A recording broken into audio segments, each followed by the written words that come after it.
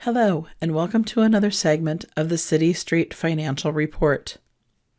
In this video, we will be looking at the Expense and Revenue tabs. You'll want to start with the Expenses tab, and you can just go ahead and click to the Expenses tab after you finish filling out your beginning balance.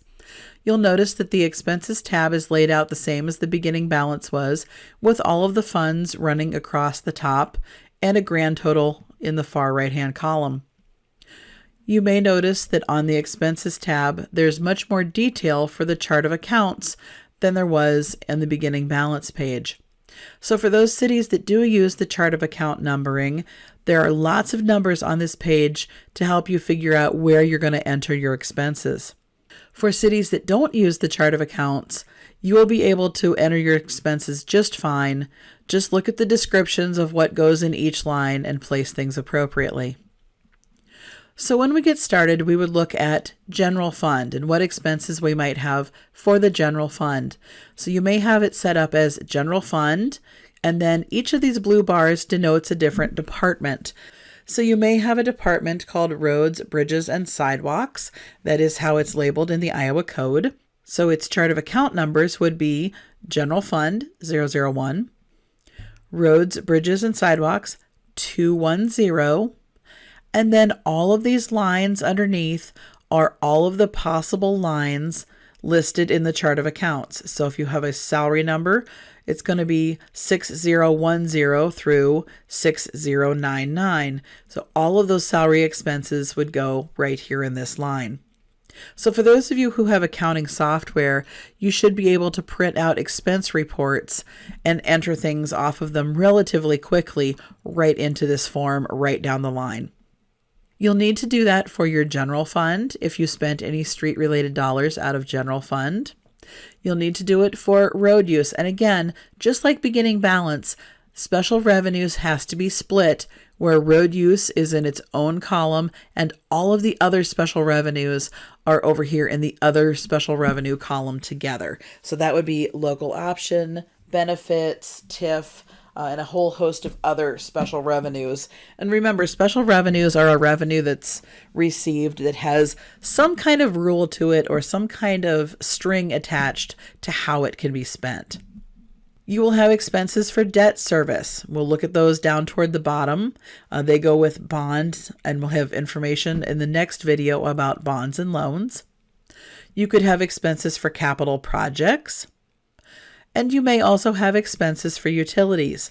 I know many cities make utilities be responsible to repair streets if the street had to be torn up to do some kind of utility repair. So if there was a water main break and you had to tear up the street to repair that water main break, then that water utility is going to be responsible to fund the expense or pay for the expense of fixing that street. Some cities also have a stormwater utility, so you may be collecting funds for stormwater. And if your stormwater is spending money on streets, so street sweeping, intakes, mitigation of flooding on streets, any of those things, if your stormwater utility is collecting funds for that and paying bills for that, then you may have something to report under utilities as well for stormwater. So you'll fill out this entire page, and this is a long page. There's a lot of lines on this page, and it should give you a lot of options of where to be able to put information. Any of the boxes that are just plain white, you may enter any number into. If you run into a box that is yellow, it's just a caution that that box is not very often used in this column. And so it's just asking you if you're sure that this is where you want to put in information. When you click on that box, a field pops up that asks if you're sure that you want to use that field. And as soon as you go ahead and click OK, it unlocks that box for you and turns white, and you can go ahead and put any number in it that you wish. If you run into a gray box, that gray box is currently locked. If it is actually the true representation of what happened in your general ledger for a number to be entered into that box, please send it to me in email and let me know the number that needs to be entered and where it needs to go. I will put it in that box for you. Some of these colored boxes may be changing as we find out more about how people are accounting for various revenues and expenses related to streets. So some of these will become unlocked over the course of either this year or making a big change for next year if we see a lot of use in a specific area. So you'll just work your way down the page and enter all of the expenses that you had for your city and their appropriate funds. So I'm going to go ahead and put in some numbers for us. I'm going to say that there was some salary expense for general fund. Maybe we also had salary expense in road use. We may have paid some benefits out of our other special revenue fund, so maybe those were levied benefits. Vehicle operations and repair line. So that's our vehicle operations. That's quite often our fuel and also any other thing that it took to maintain or operate our vehicles. So quite often we're going to have some pretty substantial expenses out of that line. I will bring your attention to streetlights. There are two different locations in which you can enter streetlights. The Iowa Chart of Accounts has many, many options, and it's laid out to be used by a variety of city sizes in a whole host of different ways.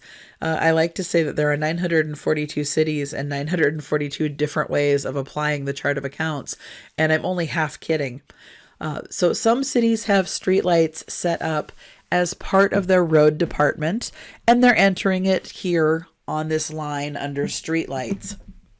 Other cities have street lighting set up as an entirely separate department. And so we are currently in the roads, bridges, and sidewalks department. Down toward the bottom of the page, we have some other departments, one of which is the street lighting department. If you're using the Chart of Accounts, its numbers are 230 or 2030. And so that entire department is street lighting expense.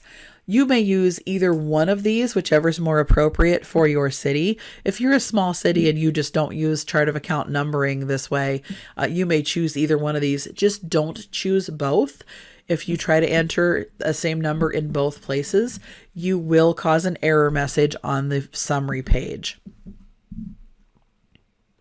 So as you work through all of the entries in this report for expenses, you're going to go through and put in whatever was appropriate that you find from your general ledger records for the year.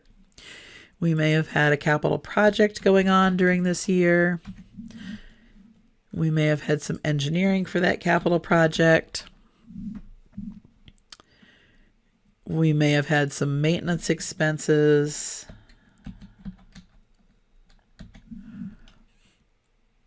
We may have contracted some other services, so we may have had somebody else come and do some work on our street. We might have purchased some new street signs.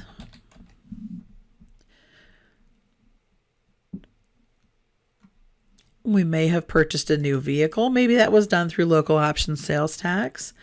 So maybe we had a $65,000 new vehicle out of our local option account. So whatever is actually appropriate from your general ledger is what you're going to go through and fill in on this report. When you get down here to the debt service area, this is where you're going to put in any principal, interest, and bond payments that you may have. And you can do this now, or you can wait until you've put the bond information in on the bond tab. Once you put information in on the bond tab, it's going to register information over here in the grand total.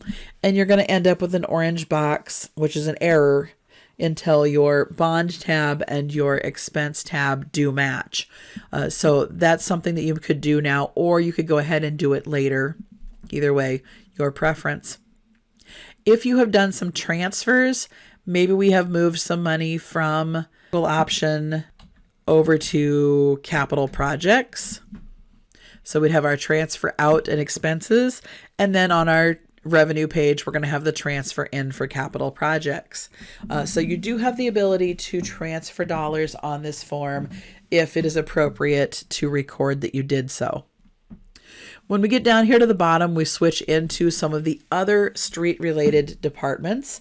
Some cities will have all of these. Some will just have one department running everything for their streets. So if you have parking information, no matter how many lines your parking information is spread out into, you can add all those together and enter it all in one entry. The same for street lighting, traffic control and safety. And here's a big one for you all, snow removal. Snow removal is something that we do need tracked separately. There are over 200 cities that did not report any expense related to snow removal last year. And I just don't believe in the state of Iowa that we have that many people not spending money to mitigate the snow that comes in the winter. So you may have a bunch of lines set out in your department for snow removal. You may have fuel, you may have salaries, you may have salt and sand, you may have equipment, you may have benefits, you may have all sorts of fun things. But if you do, you can add those all together and just enter them as one total in whichever fund is most appropriate, whether it got paid from general fund or road use, whichever column is the appropriate one to hold the expense. Please make sure you get it entered on this report. If you don't, there will be a box that shows up on the summary page asking you why you didn't report any snow removal expense during the year. If your city truly doesn't have any snow removal expense, maybe it's done for you by the county, or it's done by a local business, a local landscape business donates for one city I know, then you can go ahead and just indicate that it is covered by somebody else. Once you get down to the end of the page, you will want to save your work.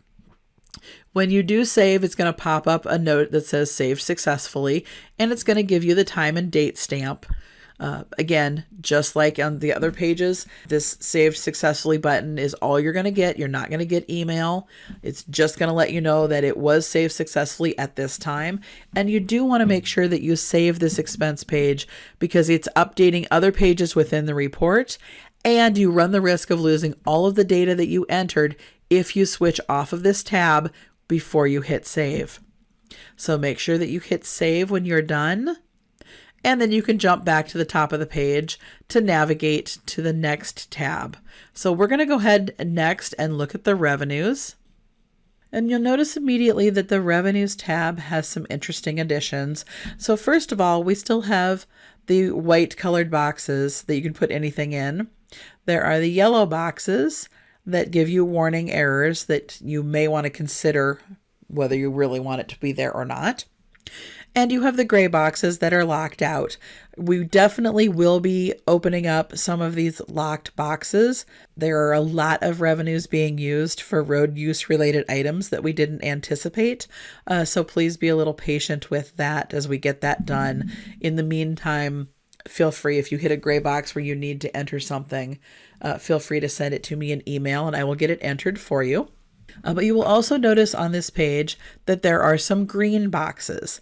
And the green boxes are automatically calculating, or they are automatically populating from a different location. So the one that you're used to from the previous road use tax reports is the state revenues from road use taxes. So this is your road use fund. This is your monthly deposit. This is the total of the entire year's deposits. And again, we have a payment tab in the report that you can go and look at all of the summary of your payments.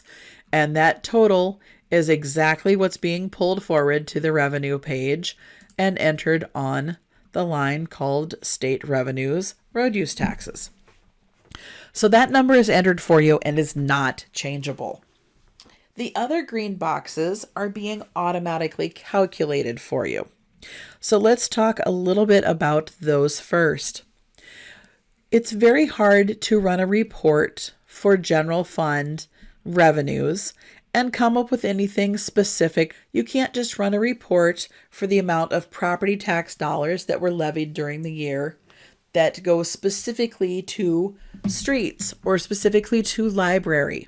It just doesn't work that way. We're collecting all of our property tax dollars as a whole that fund all of the general fund, and we have to be able to determine how big a scoop we need to take from that bucket to cover the expenses that were paid for streets from those property tax dollars.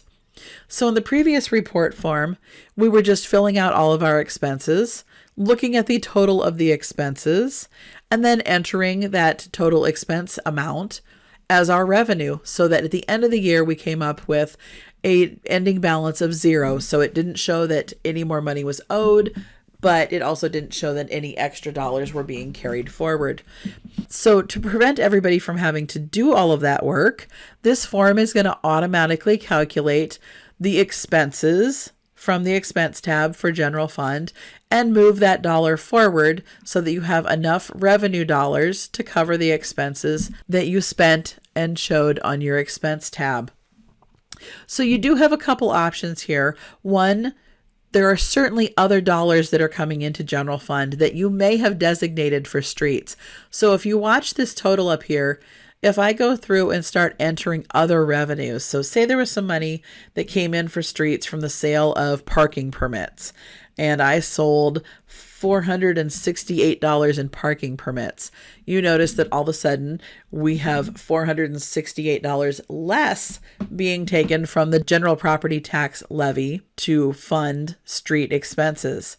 So if we received grant dollars to cover some of the expenses that were listed in the general fund, maybe we got in $10,000 in a grant, we need even fewer property tax dollars to cover the expenses for the general fund. So it's automatically reducing that calculation. Now, if you don't like the automatic calculation, you can turn it off. There's a couple reasons why you might want to turn it off. One, maybe you have existing fund balance. So on that beginning balance page, maybe you had put existing dollars in there that you want it to spend down, because right now it is just going to match the amount for revenues that you put in for expenses. So if you need to go through and have it spend down some of that existing fund balance that you reported on the beginning balance page, then you're going to need to turn it off. The other reason to turn it off would be that you're trying to build a balance going forward in the general fund to be spent on something in the future. So if the city council decides they're going to put $5,000 away this year and they're going to build some kind of fund to purchase a future piece of equipment or do a future project, then I need $5,000 more dollars than what it takes to break even. So in that case, I would put in all of the dollars that are reported for all of the other revenues in general fund. I would look at my line that said, here is the number we need to break even. So it was $15,000 right now. I would come up and turn off that auto calculate button. And when I do so, it automatically switches it to a funny shade of yellow. When I click in the box, it automatically pops up a warning at the top of the page asking you if you were sure that you wanted to turn auto calculate off. And if you are, just go ahead and click OK. When you do so, you'll be able to enter whatever you want to into that line. So it had 15,000 in there. If I want 5,000 to be moved forward to next year, I'm going to put a grand total of $20,000 into that levied on property account number. So that works as an auto calculation button for the general fund. There's also the exact same option for the utility account. So the assumption is that the utility account probably also does not have funds moving forward or a lot of beginning balance or revolving balance for streets, but sometimes it does have money that needs to be held across the end of the fiscal year or is going to be building up a balance maybe in your stormwater utility that you're going to want to have available for future use. Any expenses that I would have put into the utilities column are going to be matched by revenue dollars that will be entered for charges for fees and services, because charges for fees and service is the revenue stream primarily for the utility accounts. So those are the dollars that are being collected and are going to be turned around and used to fund the expenses. So anything that was spent is going to be matched by the equal number of revenue dollars. If you need your utilities to be banking up money. So maybe you're collecting some stormwater dollars for a future project and you need to show that accumulating and building up a balance. Again, it's the same process. You can just check mark the box, turn off that auto calculation. You're going to get the same warning message at the top that wants to warn you that you want to make sure that you know what you're doing, turning off the auto calculate button. And you can go ahead and tell it that you are trying to add additional funds to that. Or maybe if there's already something in there and you're trying to spend down fund balance, maybe you're telling it to use fewer dollars so that you're using the fund balance that was entered at the beginning of the year. So those are available for you to use. And again, they automatically are turned on when you flip to this page, but you can turn them off and calculate whatever number you wish to put in there for those amounts. I would recommend that you wait to turn off your auto calculate until you have completed all of the other entries on the revenue page, just so that you don't accidentally corrupt the numbers that you're putting in. So you're going to go through and enter the numbers that you need to put in the various columns or funds for your revenues. There are a whole lot of boxes that have been unlocked from the previous version of the report. On the previous version of the report, you were not allowed to put anything into road use other than the state road use dollars. Those have all been unlocked for this report. So if it makes sense for you to enter something into this report under the road use column because you're actually putting dollars into the road use fund in your general ledger, then please make sure that it's appropriately shown here. Local contributions is one, and it means that you're getting money either from your county or you're getting money from another city. So anybody who has a 28E agreement with the county to receive their transfer of jurisdiction funds back from their farm to market roads, this is you cities under 500 that could be in this situation. If you're receiving those funds back, those originally were road use dollars. They have to be spent on road purposes only. It would make sense to put them back in the road use column if you so choose. This is the place that those would be located, would be local contributions under the road use column, or we have probably in the past been putting them under general fund. So wherever you're actually locating them is where you can put them. But I just want to make sure you all know that you do have the option now to put them in the special revenues column of road use. Other things that you may be receiving, we're going to go ahead and throw some dollars in there for the farm to market roads. Other amounts you may be receiving, you may be getting contributions. You may have the situation that I just went through. The co-op decided that the city needed flashing speed limit signs to try to get people slowed down on the highway, especially because they have a lot of turning traffic during harvest season. So they're trying to get people to mind the speed limit, and it was in their best interest to avoid accidents in town as well. So they went ahead and gave several donations to the city to purchase flashing speed limit signs. So they gave us a contribution 3 different times throughout the year. And so we would need to report those contribution dollars. And again, if we booked them in our general ledger under road use, we could put them there.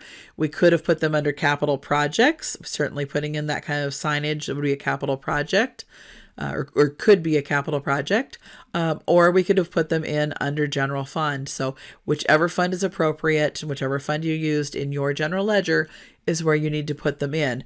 We happen to actually have put them in under capital projects and did the whole project through the capital project account. If you have sold property, so again, this is a question that used to come up a lot in the past. If you sold property that was purchased with road use funds, everybody wanted to put those road use dollars back into the road use account. Now you may, so that is unlocked. You can go ahead and do that if you want to put those proceeds from a sale of a piece of equipment back into the road use fund. If you have received bond dollars, so during the year sometime the city has issued a bond, you have received bond proceeds. Those would be proceeds from debt, and you'll need to show those somewhere on your revenue page.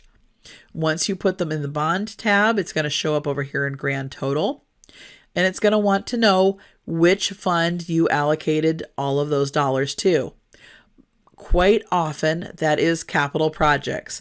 So if we had bond dollars that came in and we knew we were going to have $1 million worth of bond coming in, I could go ahead and just put those right there in for proceeds from debt.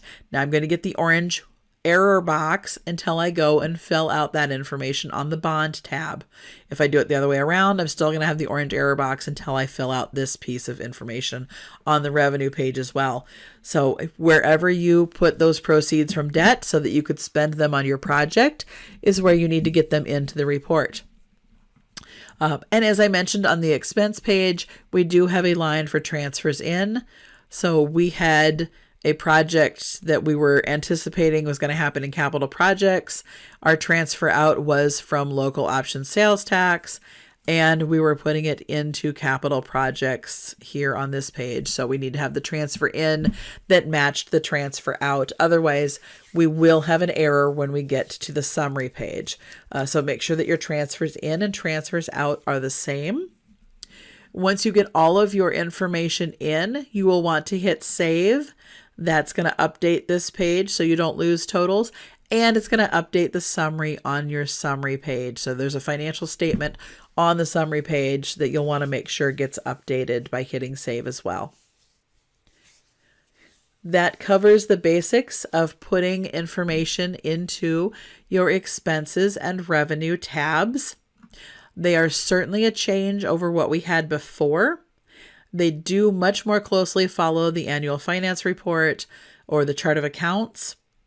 And hopefully all of these options or all of these boxes, all of these places to be able to locate information makes this report easier for you. Again, if you're not using the chart of account numbers, please just go by the description listed on the side as to what goes in that line, and go ahead and get it put in the appropriate column that represents the correct fund that you have the money in for your general ledger. Just keep in mind as you work through all of your expenses and revenues that you're looking for street amounts only, and pull those out and get them entered in this report. Don't forget to hit save and let me know if you have any questions as you go along. Thank you.